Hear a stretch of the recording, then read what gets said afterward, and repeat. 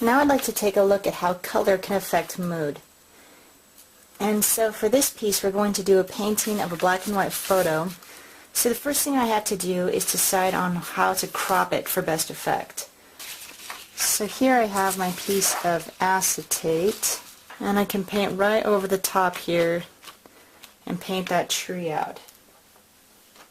So here I can do a lot of prep work on the piece itself before I ever even get to a sketching phase. I think that strengthens it a little bit more too. So I'm going to tape down the border over this piece just like I did before. If you don't like your reference material or your reference material has composition problems, you cannot make a photorealistic rendering of it without incurring those same exact problems. So solve them before you ever start your drawing. Now cropped in like this, I'm not sure that I do want to get rid of that tree. So before I start, I'm going to try it again and make sure that I want this to be blacked out. Okay, without a tree there, this becomes kind of an empty, bald space.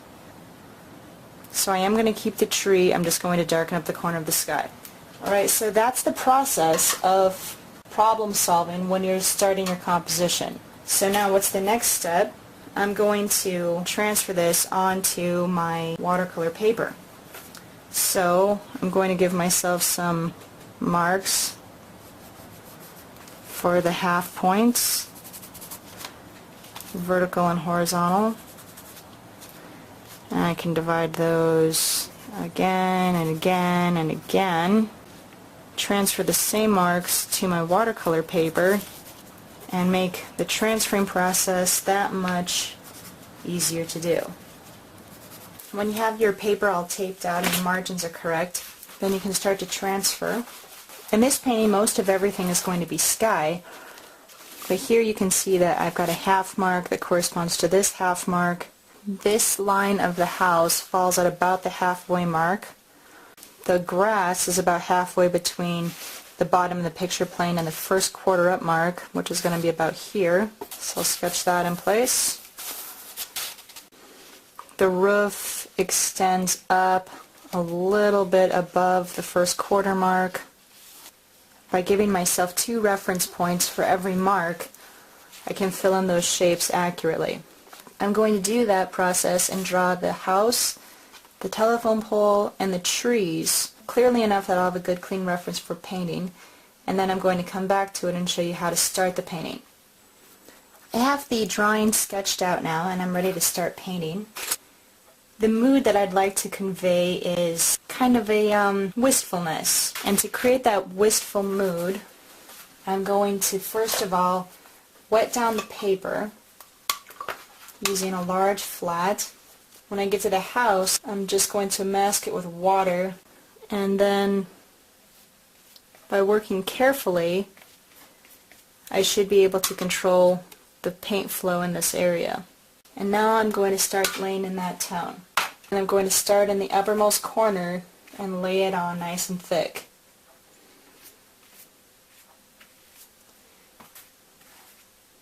And I'm trying not to create a backwash by going back into the piece multiple times. After I get the main coat of blues in place, I'm going to go back and pluck out some of those clouds. It's kind of dangerous because right now the paint is really nice and clean and fresh. If I mess around with it too much, I'm going to ruin that.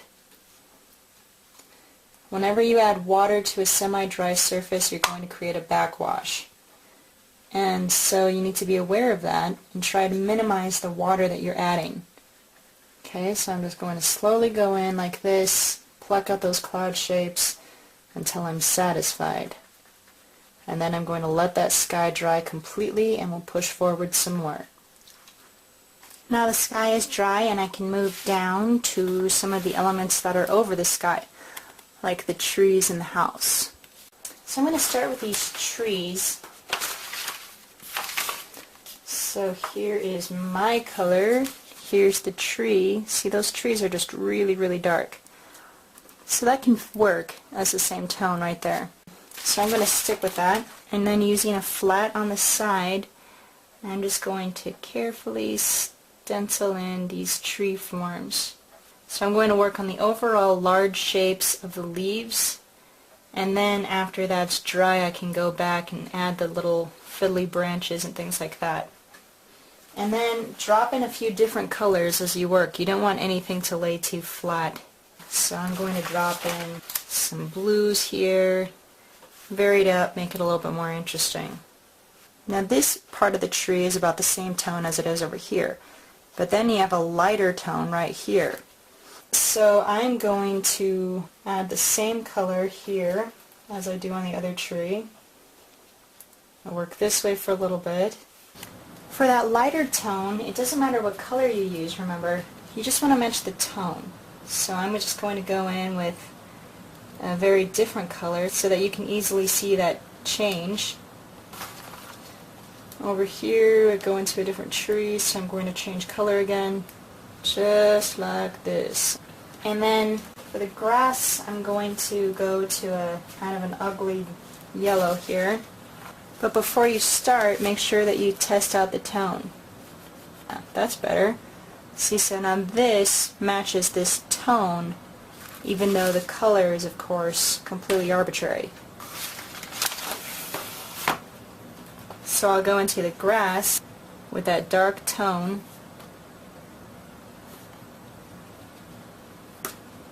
Down here I'm going to add some of the pink that we see in this tree up here, so that color will occur on just one spot in the picture.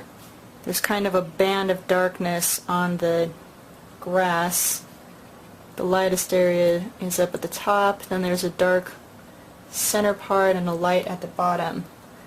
So I'm abiding by that and just being loose and free with my color choices. I'll let those blend together as they dry, and then we'll come back to you and show you the finished grass and trees. Now the trees are pretty much done, so I'm going to move on to the house.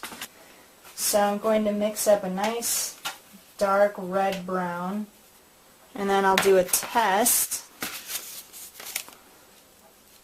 Good. And I can carefully use my flat, put this color right on the page.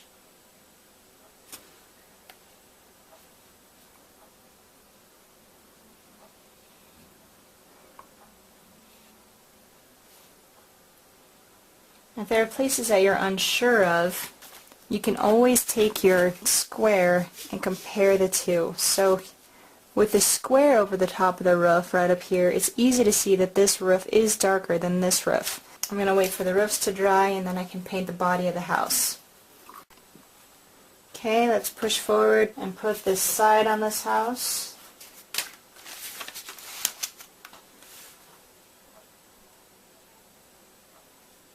Take your time and make those lines of shadow really nice and crisp. The easiest way to do that is to use a flat.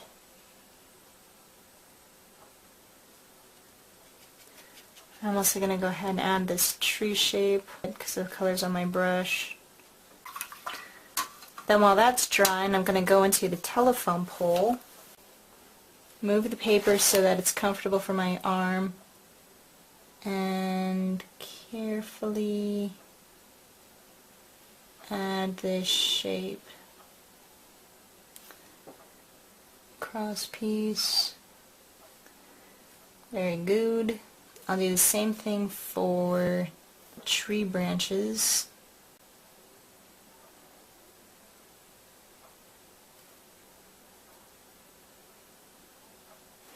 And I can also put in this chimney shape. Then I'll let that dry. The last thing we'll have to do is put in the light side of the house, a few finishing details, and the piece will be done. Alright, let's finish this up now. Test the value before you put it down.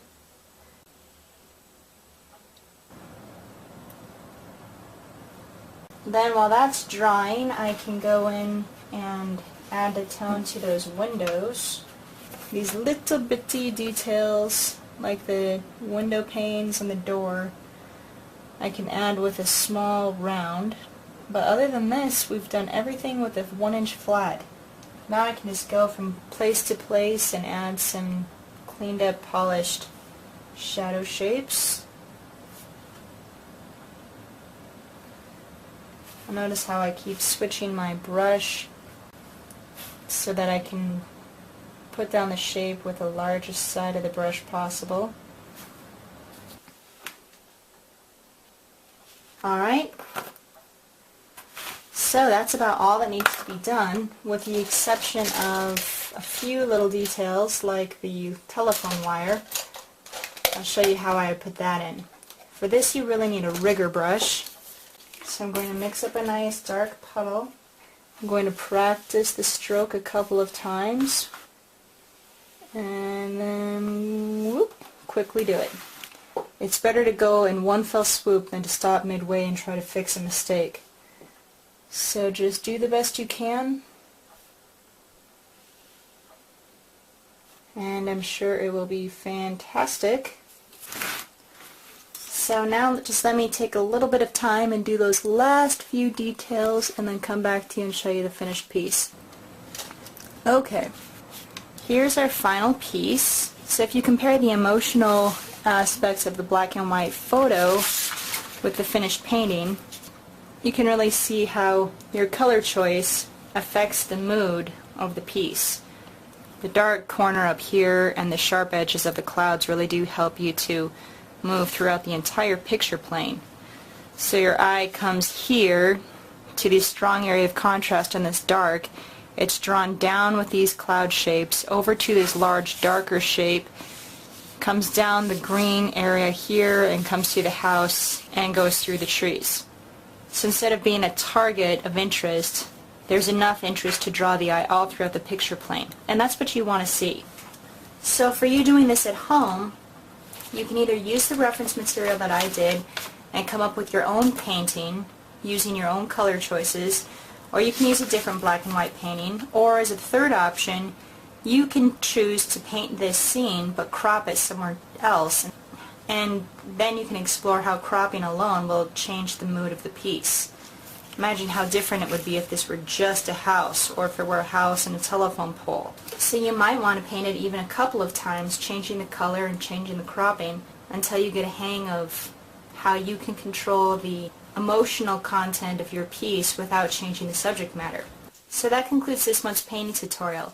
I hope you've learned some things you can take away to your own studio, things that will help you to become a better painter, and I hope that you join me next month for another lesson in painting and drawing. Thanks so much for watching.